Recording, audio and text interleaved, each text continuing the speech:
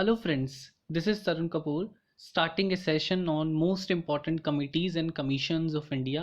देखिए these are very important committees and commissions for 2020 exam. ये चाहे स्टैटिक में आए, इसके अंदर मोस्टली वो कमिटीज़ ऐड करी गई हैं जो प्रीवियसली क्वेश्चन पेपर्स में पूछी गई हैं, और साथ साथ में जो लो एंट्रेंसेस में जैसे जस्टिस, जिसमें जो जस्टिस हैं चेयरमैन, उन कमिटीज़ के ऊपर ज़्यादा जोर दिया गया है। So let's begin. हमारी जो पहली कमेटी वो है बेस बरुआ कमेटी। अब ये जो कमेटी है, ये जो मेंबर हैं, जो Shri MP Bes Barua was a member of North Eastern Council. So इन्होंने इस कमेटी का जो गठन इसलिए करा गया ताकि जो नॉर्थ ईस्ट के पीपल हैं, जो अलग अलग डिफरेंट पार्ट्स ऑफ कंट्री में रहते हैं, उनको जिस जिस प्रॉब्लम्स का फेस करना पड़ता है अलग अलग कंट्री के, मतलब अलग अलग डिफरेंट पार्ट्स ऑफ कंट्री में रहते हुए, सो उनके कंसर्न्स को देखने के लिए कि क्या क्या प्रॉब्लम्स उनके लिए, और इस कमेटी ने कुछ रिकमेंडेशन भी दी थी, जैसे कि नोडल पुलिस स्टेशन होने चाहिए इनके लिए, सिमिलरली कुछ जो ऑफिसर्स हैं इनके लिए डेजिग्नेट करने चाहिए। ठीक है। और उसके बाद सेकंड कमेटी है हमारी इंद्रजीत गुप्ता कमेटी। अब जो इंद्रजीत गुप्ता कमेटी है उसके अंदर स्टेट फंडिंग ऑफ इलेक्शंस। देखिए स्टेट का मतलब है सरकार फंडिंग करे। इसकी जो चेयरमैन जो हमारे इंद्रजीत गुप्ता जी हैं, वो हमारी parliamentary committee on state funding के चेयरमैन रहे हैं, और इसलिए इन कमेटी का जो है उनको अध्यक्ष बनाया गया, और उसमें कहा गया कि स्टेट किस तरीके से रिकॉग्नाइज पार्टीज को फंडिंग करेगी और किस पैटर्न पे बेसिस पे करेगी, इस तरह की डिटेल्स इसमें दी गई हैं। उसके बाद है Narasimhan committee. Narasimhan committee is very popular committee. ठीक है, यूजुअली एग्जाम्स में पूछी जाती है, बैंकिंग रिफॉर्म्स के ऊपर है। ठीक है, 1991। So Narasimhan committee 1991। There is also another committee which is important, Bimal Jalan committee. जो बीमल जालन कमेटी है उसको आप लिख लें। इसमें है कि to assess the adequate size of capital reserve that the RBI should hold. ठीक है, कि कितना RBI को अपने पास कैपिटल रिजर्व रखना चाहिए, उसका क्या एडिक्वेट साइज है, उसको देखने के लिए बीमल जालन कमेटी का स्थापन किया गया था। नेक्स्ट हमारी कमेटी है DB शेखतकर कमेटी। DB शेखतकर कमेटी जो है, ये बेसिकली ऐसे मेजर्स को इसने रिकमेंड करा था जिस तरीके से हम, जो हमारा एक्सपेंडिचर है, डिफेंस एक्सपेंडिचर है हमारे आर्म्ड फोर्सेस को, उसके अंदर किस तरीके से बैलेंस ला सकते हैं। उसके बाद जो हमारी लोधा कमेटी है, ये प्रीवियसली DULL में पूछी भी गई है। तो ये for reforms with in BCCI, जो भी है ये क्रिकेट की जो काउंसिल है, उसके अंदर रिफॉर्म्स लाने के लिए, सुधार लाने के लिए लोधा कमेटी को गठन किया गया था। उसके बाद जस्टिस JS वर्मा कमेटी है। सो जस्टिस जो JS वर्मा कमेटी है, वो इसमें basically to recommend the amendments to the criminal law for quicker trial and enhance the punishment for sexual assault for women. कि जो अमेंडमेंट्स कैसे कर सकते हैं हम क्रिमिनल लॉ के अंदर, ताकि जो जल्दी से जल्दी हमारा ट्रायल ख़त्म हो जाए, और साथ साथ में जो पनिशमेंट को इंक्रीज़ करना in the cases of sexual assault of womens. So justice JS Verma committee ये कब बैठी गई थी? ये जो जस्टिस JS वर्मा कमेटी है, ये 2012 के अंदर जो दिल्ली गैंग रेप केस था उसके बाद ये बिठाई गई थी। और जो जस्टिस JS वर्मा हैं इज चीफ जस्टिस रहे हैं हमारे सुप्रीम कोर्ट के, और साथ साथ में नेशनल ह्यूमन राइट कमीशन के चेयरमैन भी रहे हैं। So these are important facts which you need to remember. उसके बाद में आ जाता है तारकुंडे कमेटी जो है, ये बेसिकली इलेक्शन रिफॉर्म्स के ऊपर है। So is not that much important, मगर ये पूछी गई है किसी एग्जाम में। उसके बाद TSR सुब्रमण्यम कमेटी। जो TSR सुब्रमण्यम कमेटी है, TSR Subramanyam was a civil servant, और 2015 में इसकी रिपोर्ट आई थी।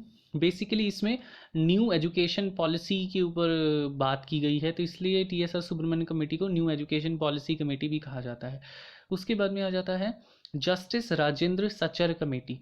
सो जो जस्टिस राजेंद्र सचर हैं, ये फॉर्मर डिस्ट्रिक्ट हाई कोर्ट जज हैं, जो दिल्ली हाई कोर्ट जज हैं, दिल्ली हाई कोर्ट के फॉर्मर जस्टिस जज हैं ये। और इनको किस चीज़ का है, जो सोशल इकोनॉमिक और एजुकेशनल स्टेटस जो है मुस्लिम कम्युनिटी का ऑल ओवर इंडिया, उसको एग्जामिन करने के लिए कमेटी का गठन किया गया। नेक्स्ट आ जाता है हमारा BJ Varghese and PC Joshi committee. अब ये जो कमेटी है, दोनों कमेटी, ये जो हमारी ऑल इंडिया रेडियो और दूरदर्शन है उसकी प्रोग्रामिंग के लिए बिठाई गई थी। नेक्स्ट आ जाता है हमारा केलकर कमेटी। अब केलकर कमेटी हमारी 2-3 केलकर कमेटी रही हैं, तो ये हमारी है 2002 की। सो 2002 की जो केलकर कमेटी है वो हमारी टैक्स स्ट्रक्चर रिफॉर्म से डायरेक्ट और इनडायरेक्ट टैक्सेस के अंदर किस तरीके से सुधार लाया जा सकता है उसके अंदर बात की गई है। उसके बाद नेक्स्ट हमारी कमेटी है श्याम बेनीगल कमेटी। जो श्याम बेनीगल कमेटी है ये गाइडलाइंस रेकमेंड कर रही है किस तरीके से हम फिल्म्स को सर्टिफाई करेंगे, ठीक है, किस किस मतलब किस किस बेसिकली गाइडलाइंस इशू करना कि किस किस बेसिस के ऊपर जो हमारी सर्टिफिकेशन होगा फिल्म से by central board of film certification. So CBFC की फुल फॉर्म भी क्वेश्चन पेपर में आ सकती है, so it's very much important. Next is Madhav Chitale committee. अब जो ये है डीसिल्टेशन ऑफ गंगा, मतलब कि जो गंगा है उसके अंदर जो मड को रिमूव करना, जो हमारा जो एक्स्ट्रा है वो जो प्लांट साइड में होते हैं ताकि पानी का फ्लो हो सके, और उसको क्लीन करने के लिए डीसिल्टेशन ऑफ गंगा के लिए माधव चितले कमेटी का गठन किया गया। Next is justice BN Krishna committee. So justice BN Krishna जो हैं इनको जो हमारा डाटा प्रोटेक्शन इन्होंने रिपोर्ट दी थी, देखिए ये भी 2-3 बार अलग अलग कमेटी का गठन किया गया अलग अलग टॉपिक्स के लिए। तो फॉर डाटा प्रोटेक्शन ये जस्टिस BN कृष्णा जो हैं वो हमारे जस्टिस हैं, फॉर्मर जस्टिस हैं सुप्रीम कोर्ट के, और डाटा प्रोटेक्शन के लिए इनकी रिपोर्ट 2018 में आई थी। और ये जो हमारा सेपरेट तेलंगाना की जो बात की गई थी वो 2010 में की थी जस्टिस BN कृष्णा कमेटी ने। साथ साथ में इन्होंने जो आर्बिट्रेशन है, आर्बिट्रेशन का मतलब बताया गया था, arbitration is one of the method of alternate dispute resolution system. तो उस जो आर्बिट्रेशन को इंस्टीट्यूशनलाइज किया जाए, मतलब कि एज ए इंस्टीट्यूशन भी एस्टेब्लिश हो सकें जो आर्बिट्रेशन की फैसिलिटीज़ और सर्विसेज लोगों को दें, ठीक है, क्योंकि ये खुद भी जस्टिस BN कृष्णा अब आर्बिट्रेटर का काम करते हैं। और ये legislative financial sector legislative committee reform कुछ होता है उसके चेयरमैन भी हैं presently justice BN Krishna, financial sector regulator के कमीशन के। और साथ साथ में जो जो बॉम्बे रॉयट्स हुए थे 1992 1993 के अंदर, उसके अंदर जो इन्वेस्टिगेशन हुई थी वो भी जस्टिस BN कृष्णा ने करी थी। 6th सेंट्रल पे कमीशन के चेयरमैन भी जस्टिस BN कृष्णा रहे हैं। So all these are very important facts. उसके बाद justice A.K. Mathur, Justice A.K. Mathur was the chairman of 7th Pay Commission and B.N. Krishna was the chairman of 6th Central Pay Commission. Next is Dr. Anil Kakodkar. So this was a high level safety review committee for Indian Railways कि किस तरीके से safety को और increase करा जा सकता है रेलवेज की, तो उसके ऊपर ही कमेटी का गठन किया गया था। The next is Kasturi Rangan committee and Gadgil committee. अब जो है ये committee ecologically sensitive area of Western Ghats के ऊपर है। इकोलॉजिकली सेंसिटिव एरिया वो एरिया है जो गवर्नमेंट मतलब कि जिसके अंदर लोगों का मतलब कि मूवमेंट कम कर देती है गवर्नमेंट, बिकॉज वहाँ की सेंसिटिविटी को ध्यान में रखते हुए वहाँ के वाइल्ड लाइफ को, वाइल्ड लाइफ सेंचुरी को, नेशनल पार्क को, उसको प्रोटेक्ट करने के लिए वो सेंसिटिव एरिया डिक्लेयर कर देती है। तो इसलिए ecologically sensitive area of Western Ghats के ऊपर ये कमेटी गठन की गई थी। देन रतन वतल कमेटी, ये है कि रतन वतल कमेटी जो है इनका मेन काम करा गया था कि किस तरीके से डिजिटल पेमेंट्स को एनकरेज किया जाए इंडिया में, ठीक है, तो ये एक इम्पॉर्टेंट इशू था। उसके बाद में आ जाता है SN धींगरा कमेटी, जो 1984 में जो सिख दंगे हुए थे, उस एंटी सिख दंगे हुए थे उसके अंदर ये इसको एग्जामिन करने के लिए उस अराउंड 184 रिपोर्ट्स फाइल हुई थी, उनको सभी को एग्जामिन करने के लिए एक स्पेशल कमेटी का गठन हुआ था। ये भी जस्टिस SN धींगरा हैं। और ये उसके बाद है हमारी मालीमात कमेटी, जस्टिस मालीमात कमेटी। ये हैं हमारे former chief justice of Karnataka and Kerala high court रहे हैं ये। और इस कमेटी ने किस तरीके से मतलब क्राइम का इन्वेस्टिगेशन होता है, किस तरीके से पनिशमेंट होनी चाहिए, उस टॉपिक के ऊपर ये कमेटी का गठन किया गया था। देन उसके बाद हमारी आ जाती है जी रोहिणी कमेटी। अब जी रोहिणी कमेटी जो है वो सब कैटेगराइजेशन ऑफ OBCs कि किस लिए सब कैटेगराइजेशन, ताकि जो ज़्यादा जिनको ज़रूरत है, जिन सब कैटेगरी को ज़्यादा ज़रूरत है रिजर्वेशन की, उसको ज़्यादा फ़ायदा पहुंच सके। तो जस्टिस जो J Rohini committee was set up for the sub categorization of other backward classes. उसके बाद लिब्राहन कमेटी जो है ये जस्टिस लिब्राहन हैं, जो कि जो हमारे बाबरी मस्जिद केस था उसका डिस्ट्रक्शन, जो उसका डिस्प्यूटेड मैटर था, उसको इन्वेस्टिगेशन के लिए इनको बिठाया गया था।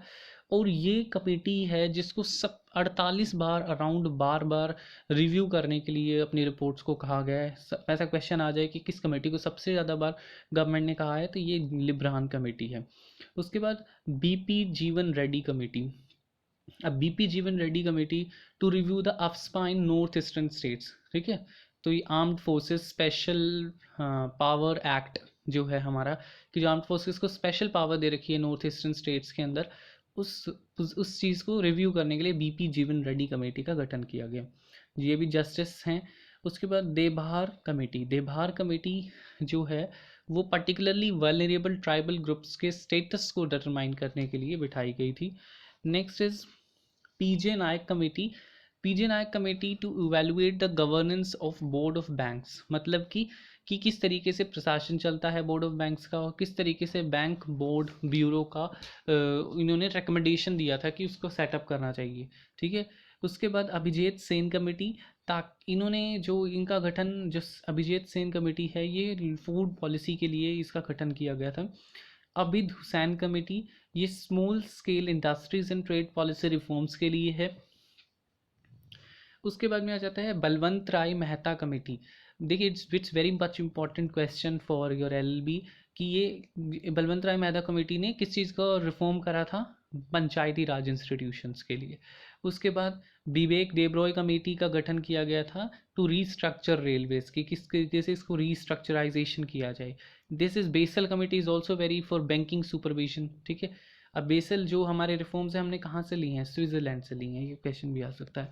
उसके बाद में आ जाता है जीवी रामकृष्णा कमेटी डिसइन्वेस्टमेंट के लिए। डिसइन्वेस्टमेंट का मतलब होता है प्राइवेटाइज, बेचना एक किस्म का, ठीक है, प्राइवेट सेक्टर को। जैसे पीएसयूज़ का गवर्नमेंट कहती है कि इस साल का हम 1000 करोड़ का टारगेट रखेंगे, पीएसयूज़ का डिसइन्वेस्टमेंट, कि selling of the government shares to the private sector, तो वो हो जाता है हमारा disinvestment.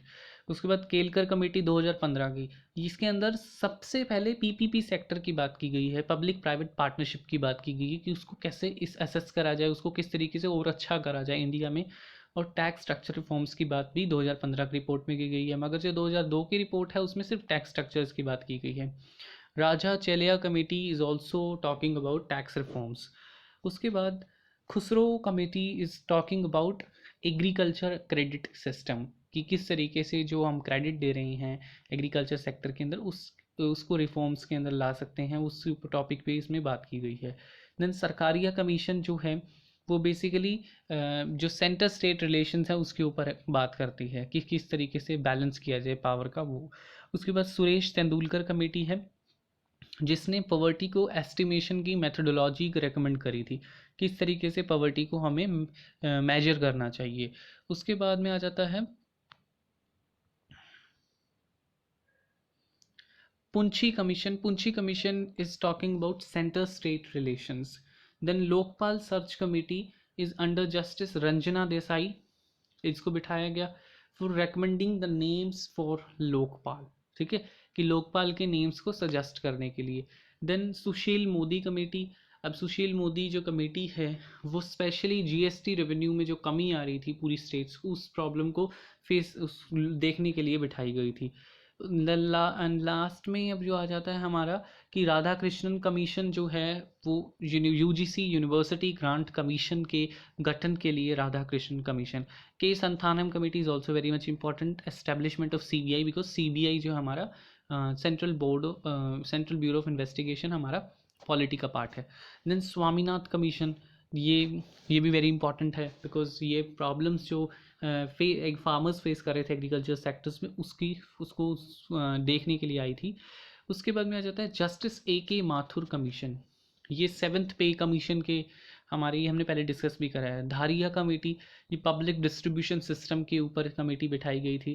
Then Kasturi Rangan committee is also known as new national education policy, मतलब कि एक ड्राफ्ट तैयार करा इन्होंने नई, और ये अब नई रिपोर्ट है, ठीक है। कस्तूरी रंजन कमेटी ये नई रिपोर्ट है और वो पुरानी है जो हमारी इकोलॉजिकली सेंसिटिव एरिया वाली है। उसके बाद में आ जाता है एन वोरा कमेटी, जो रिलेशन बात कर रही है कि जो नेक्सस क्रिएट हो जाता है क्रिमिनल्स का और पॉलिटिशियंस का, उसको स्टडी करने के लिए N justice N Vora I think है उनका, उसके ऊपर बिठाई गई है। उसके बाद कोठारी कमीशन जो है वो हमारा नेशनल एजुकेशन कमीशन भी कहा जाता है। एजुकेशन के ऊपर ये कमीशन का गठन किया गया था। So thanks for watching, please do subscribe my channel and share my videos to your friends also. Thank you.